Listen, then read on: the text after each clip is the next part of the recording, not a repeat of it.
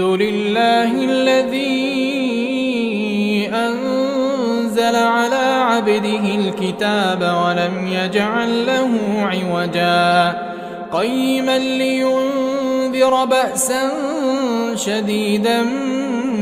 من لدنه ويبشر المؤمنين الذين يعملون الصالحات أن لهم أجرا حسنا ماكثين فيه أبدا وينذر الذين قالوا اتخذ الله ولدا ما لهم به من علم